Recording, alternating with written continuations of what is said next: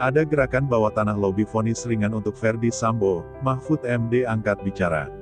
Namun sebelum kita lanjut, mohon luangkan jari Anda untuk menekan tombol subscribe, like, dan komen agar kami lebih bersemangat menyajikan berita terupdate setiap harinya. Menteri Koordinator Bidang Politik, Hukum, dan Keamanan, Menko Polhukam, Mahfud MD menyebut dari informasi yang dia terima terdapat seorang perwira tinggi diduga melakukan gerakan bawah tanah buat mempengaruhi vonis terhadap terdakwa dugaan pembunuhan berencana Nofriansyah Yosua Huta Barat Brigadir J. Ferdy Sambo. Ada yang bilang soal seorang Brigjen mendekati A dan B, Brigjennya siapa? Sebut ke saya, nanti saya punya Maijen.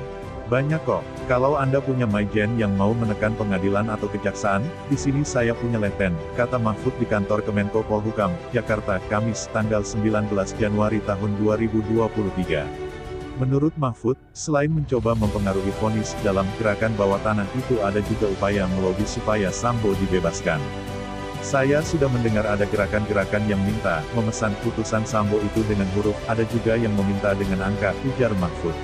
Ada yang bergerilya, ada yang ingin Sambo dibebaskan, ada yang ingin Sambo dihukum, kan begitu.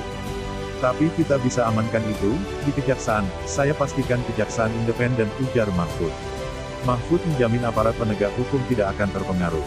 Ia menegaskan, siapapun yang memiliki info terkait upaya, gerakan bawah tanah itu untuk melapor kepadanya. Saya pastikan kejaksaan independen tidak akan berpengaruh dengan gerakan-gerakan bawah tanah itu, kata dia. Menurut pemberitaan sebelumnya, Jaksa Penuntut Umum dari Kejaksaan Negeri Kejari, Jakarta Selatan menuntut Ferdy Sambo dengan pidana penjara seumur hidup dalam perkara itu pada Selasa, tanggal 17 Januari tahun 2023 lalu.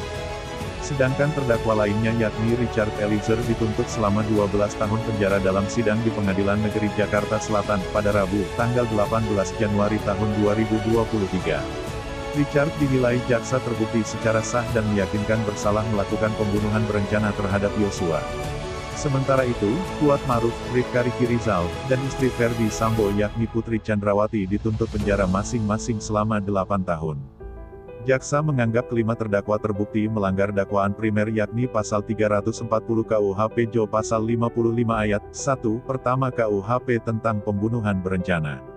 Selain itu, Ferdy Sambo juga dianggap terbukti melanggar dakwaan kedua pertama primer yakni pasal 49 junto pasal 33 Undang-Undang Nomor 19 Tahun 2016 tentang perubahan atas UU Nomor 11 Tahun 2008 tentang Informasi dan Transaksi Elektronik IT, junto pasal 55 ayat 1 pertama KUHP.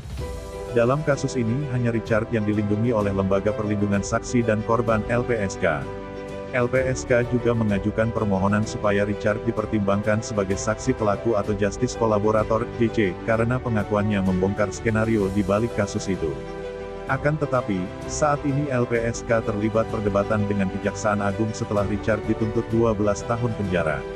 Sebab jaksa penuntut umum menilai Richard sebagai pelaku utama karena mengakui menembak Yosua atas perintah Ferdy Sambo, sehingga dinilai tidak layak untuk ditetapkan sebagai saksi pelaku. Itu saja yang dapat kami sampaikan. Jika ada salah kata mohon dimaafkan, karena kesalahan datang dari saya pribadi, yang tak luput dari salah dan dosa.